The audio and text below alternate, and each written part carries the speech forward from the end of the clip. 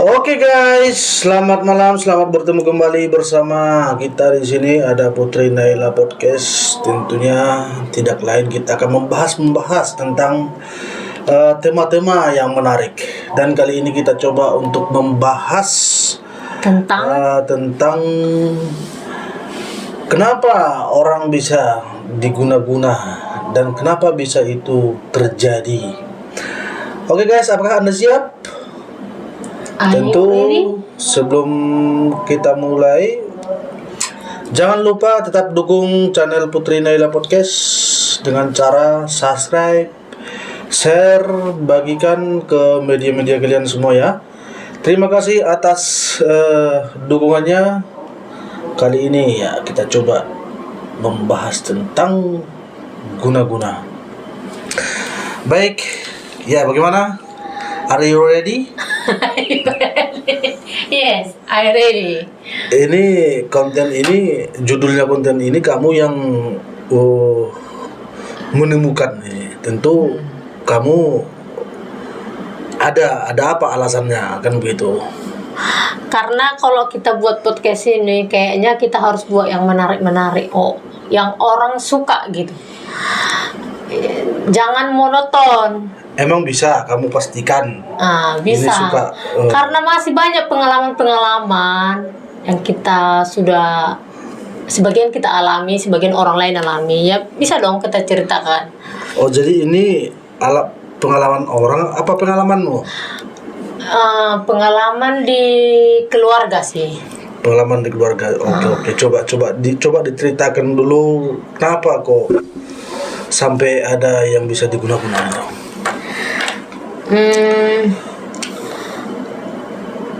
Kenapa ada guna-guna gitu kan? Mungkin karena faktor Bukan kenapa ada guna-guna. Emang kita tahu kenapa ada guna-guna. Maksudnya tahu lah. Kenapa? Karena mungkin faktor ada kebencian, kemarahan, dan iri hati. Oh gitu. Berarti faktor kenapa bisa ada guna-guna gitu ya. Itu yang menyebabkan ada guna-guna gitu. Oke, terus ini pernah terjadi di keluarga kami ya. Waktu itu aku masih tunggu dulu. Sekitaran tahun berapa itu dan di mana tempatnya ini? Ya di rumah dong, ya di kampung dong. Sekitaran aku masih lalap ya kalau masih karena sekolah. Waktu itu aku masih kelas umur berapa? Umur udah nggak tahu umur berapa. Sekolahnya aja langsung dibilang. Nanti kok dibilang umur segini nggak pas pula ya kan. Kelas 1 SMK. Umur berapa itu hitung-hitung aja sendiri. SD berapa tahun? Mungkin aku tinggal 3 tahun.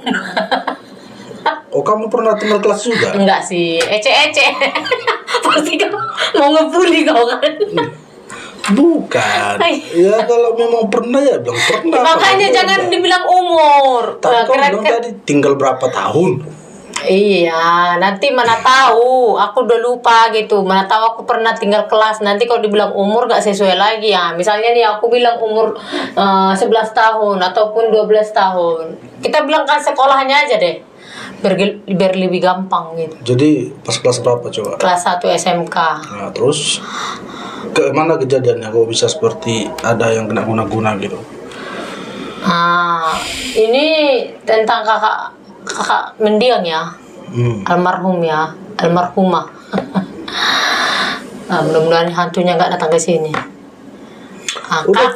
Kakak yang tertua, kakak yang pertama, dia perantau ke Jakarta. Jadi dia pulang dari Jakarta ke kampung. Aku nggak betul. Dia pulang ke rumah dalam keadaan sakit. Pulang merantau dari Jakarta. Iya, dia udah sakit. Jadi karena dia udah sakit disuruh mama sama bapak pulang kan. Karena udah berobat di sana nggak sembuh. Ya udah kita berobat di sini aja, kita berobat alternatif gitu. Jadi pas berobat di kampung, memang sih berobat di rumah sakit nggak dapat sakitnya. Tapi dikasih obat kayak semacam dia merasakan nyeri gitu, tapi nggak tahu nyeri dari mana, semua badannya ini nyeri. Dikasih dokter lah obat nyeri gitu kan. Udah itu, tapi paling anehnya kakak ini kalau dia kambuh itu sekitar jam-jam 12. Jam 12 siang malam? Malam. Kalau misalnya, tapi ini udah parah-parahnya ya, udah mau mendekati dia mau meninggal nggak ya.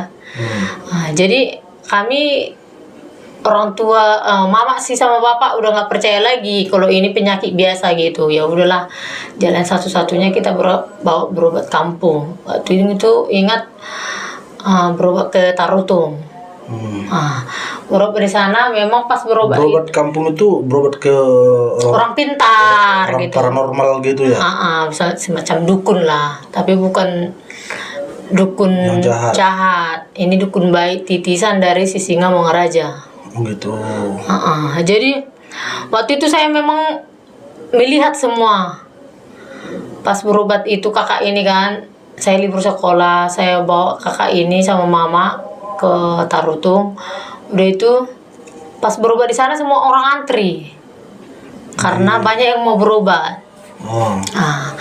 Udah itu ini kayak semacam tempat berobatnya itu kayak semacam klinik apa rumah gitu? Rumah tempat tinggal dia. Tapi ada ruangan dia tersendiri kayak ruangan praktek gitulah. Satu kamar, satu bilik kan. Tapi di sana ada kayak semacam tanduk-tanduk. Kau sendiri lah kayak apa peralatan kuno dulu, ada keris, ada baul-baul, ada tikar pandan. Kalau sekarang nggak ada lagi tuh kan. Terus sekarang udah pakai karpet semua. Mungkin dukun sekarang pun udah canggih. Udah pakai laptop. Terus di situ aku melihat cara dukun ini mengobati gitu. Dia pakai ulus batak, terus pakai apa namanya itu yang di kepala kayak persis Sisinga Mongaraja lah. Ada tongkatnya juga. Jadi kami bawa lah kakak ini ke sana. Pas pula udah dapat antrian kami, kakak ini nggak bisa lagi jalan. Udah memang harus digendong. Dia memang udah baring, sampai ininya luka. Pundaknya kan. Udah itu kayak mau ke sana berobat.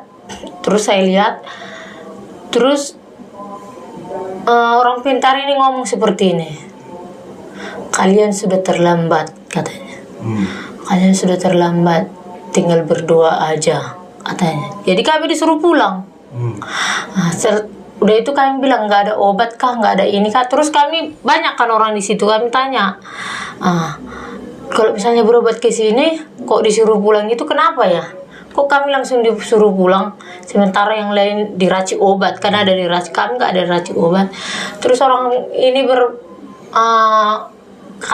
orang ini bilang sama kami gini, di sini berobat bukan asal-asal aja, istilahnya bukan mau duit gitu. Bisa aja kalau misalnya berobat kan ini duitnya gitu segini.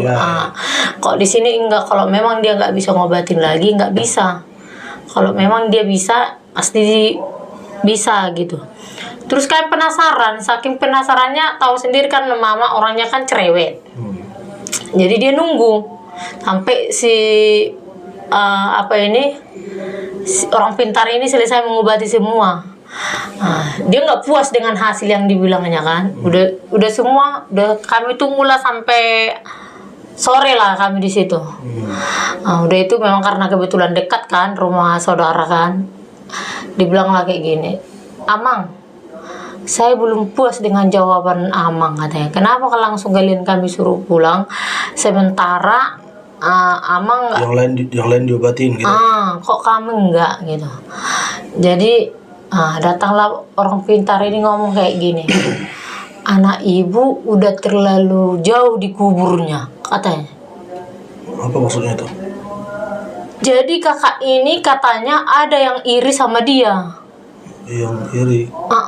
Katanya apa kerja dia, kawan satu kerja dia. Waktu di Jakarta. Jadi karena kakak ini mungkin kerjanya bolehlah istilahnya di mata bos, di mata ini, di mata atasannya lah, bisalah kerja gitu. Jadi mungkin ada yang iri sama dia gitu. Terus ada cowok yang suka sama kakak ini. Tapi kakak ini nggak suka karena memang karena beda agama. Kami pun melarang kan, orang tua pun melarang. Jangan sampai beda agama, kalau susah nanti. Nah, jadi karena si cowok ini udah mungkin terlanjur suka lah sama kakak ini. Nah, kan? Nah, jadi dua orang ini yang buat sama kakak ini gitu. Ada si cowok, ada temannya. Nah, gitu. Jadi dia ngomong seperti itulah sama mama. Ini udah terlalu dalam di kuburnya katanya. Dan kalian pun sudah terlambat katanya. Jadi kami bilang seperti ini. Jadi kira-kira kami mau kemana? Bingung lah kami kan. Jadi kami mau berobat kemana lagi? Habis kami udah berobat ke rumah sakit, berobat ke sini nggak ada hasilnya gitu. Bahkan mama dulu udah jual ini, jual itu semua untuk mengobati, nggak ada hasilnya kan. Udah itu datang yang orang pintar ini ngomong kayak gini, saya memang bukan Tuhan, tapi saya bisa memberikan jawaban sama orang Inang katanya. Pulanglah orang Inang, bersabarlah adanya. Dan si Ito ini tidak akan lama lagi katanya. Kami pulang pas sudah itu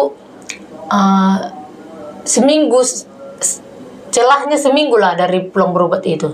Tapi jadi kalian langsung pulang apa memang nggak dibawa berobat tak kemana ke paranormal yang lain apa bagaimana? Apa memang langsung balik ke rumah dan membiarkan kakak itu ya begitu saja? Dibawa sih, tapi nggak ingat lagi aku.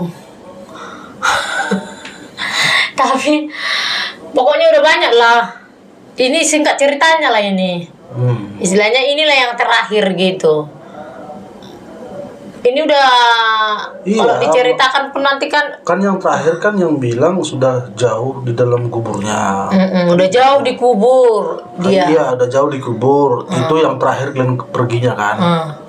Dan setelah kalian dari sana itu, otomatis kan tadi kamu bilang nggak ada dipegang, nggak ada diobatin sama paranormal tadi itu kan, nggak ada kan. Setelah dia bilang nggak bakalan lama lagi, apakah memang kalian langsung merasa menyerah, nggak bawa lagi entah kemana-mana gitu? Udah itu kayaknya udah nyerah lah, karena memang ini udah jalan terakhirnya gitu. Udah sekian banyak tempat berobat yang sudah dibawa orang mama.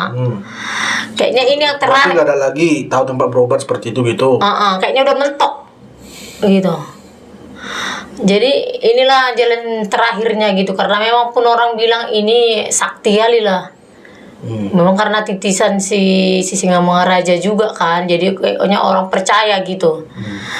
Ini yang paling sakti lah menurut orang itu dulu kan. Terus udah pulang dari sana memang entah 5 hari atau seminggu lah, kakak ini menunggu tanggal lahirnya. Pas pula yang dibilang orang normal ini, dia menunggu pas hari kebahagiaan. Jadi mungkin ke hari kebahagiaan ini tanggal lahirnya ini. Tapi sebelum dia meninggal, dapat tanggal lahirnya ini, pokoknya dia jam 12 itu menjerit-jerit lah gitu. Pokoknya badannya ini semua kayak mana ya, sakit lah semua badannya ini gitu. Jadi 1 hari sebelum dia meninggal, dia udah nggak kenal kami semua gitu.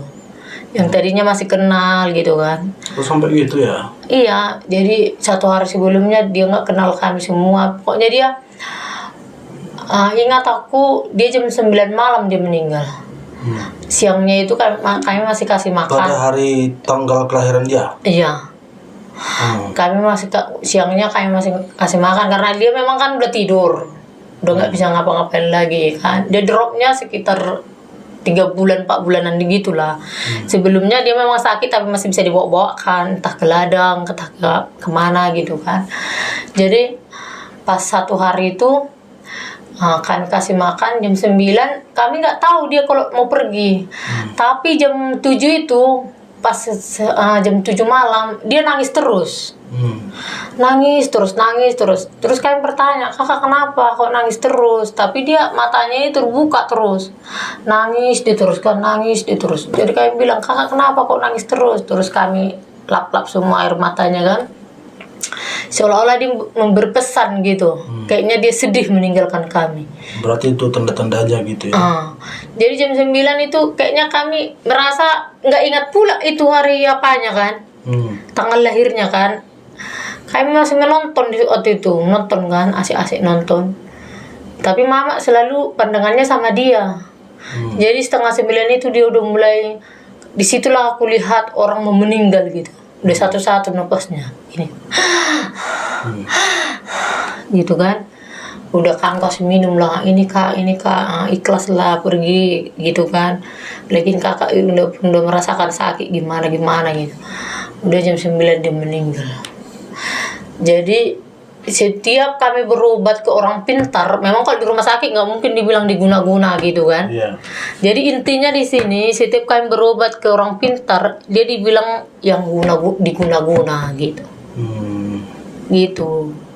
Jadi memang saya percaya dengan guna-guna itu, karena di keluarga kami udah ada yang merasakan seperti itu. Gitu.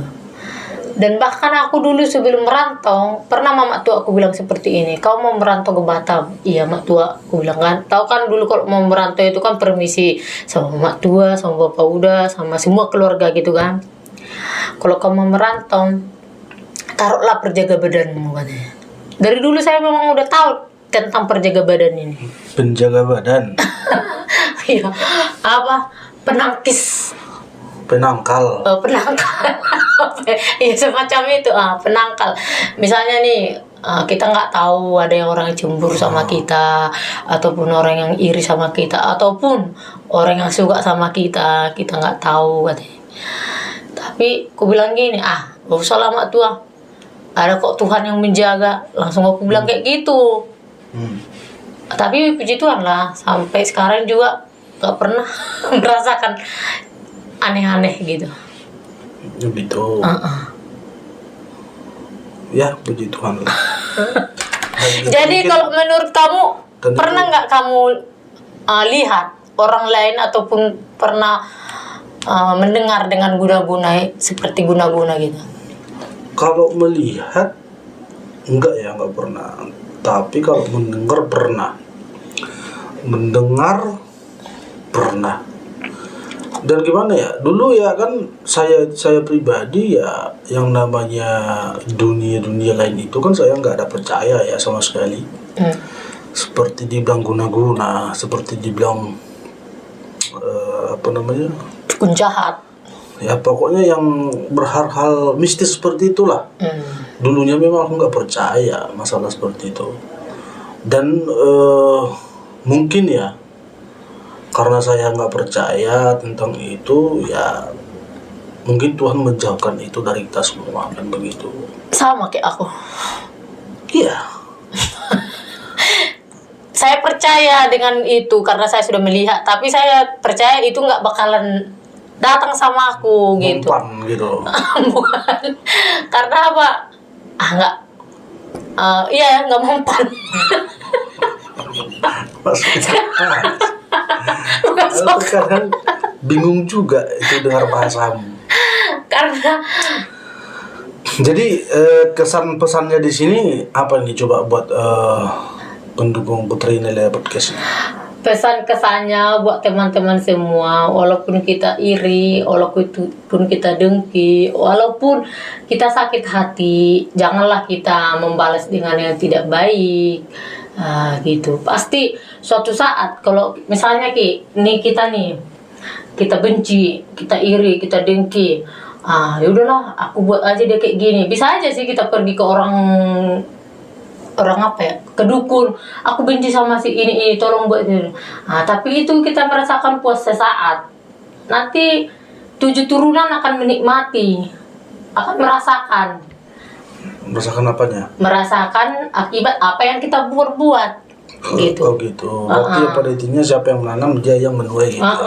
Jadi kalau misalnya kita sakit hati atau benci ataupun iri hati, berdoa aja gitu. Tetaplah bersabar ya. Bersabar, berdoa sama Tuhan ya. Mungkin dia seperti itu, tolong Tuhan. Di balik semua yang kita alami sekarang itu tentu ada hal-hal yang bahagia nanti di belakang itu. Kita berdoa sama Tuhan gini aja. Oh, misalnya nih kita benci, Tuhan berikan apa? Semacam pemberkatan gitu ya. Bukan sih. Kita bisa berdoa sama Tuhan, berikan dia cobaan, tapi ini cobaan dari Tuhan, bukan dari kita. Biar dia sadar gitu akan perbuatannya gitu. Sadarkan dia Tuhan gitu kan. Gak paham aku. Misalnya nih, kita benci sama orang, jangan kita langsung. Yang pada intinya, kalaupun kita sakit hati, kalaupun kita benci sama orang, janganlah berbuat yang tidak. Tetaplah bersabar, tetaplah berlapang dada, tetaplah berendah hati, dan tetaplah selalu berdoa kepada Tuhan. Itu yang pada intinya ya. Itu yang pada intinya. Karena kita tanpa firman Tuhan itu tidak ada apa-apanya. Oke guys, itulah pembahasan kita hari ini, sangat menarik ya teman-teman ya. Semoga dengan apa yang kita bicarakan, apa yang kita diskusikan di sini bermanfaat buat teman-teman semua dan bisa menghibur hari-harinya teman-teman ya. Terima kasih atas dukungannya. Sampai di sini dulu perjumpaan kita. Selamat malam dan goodbye.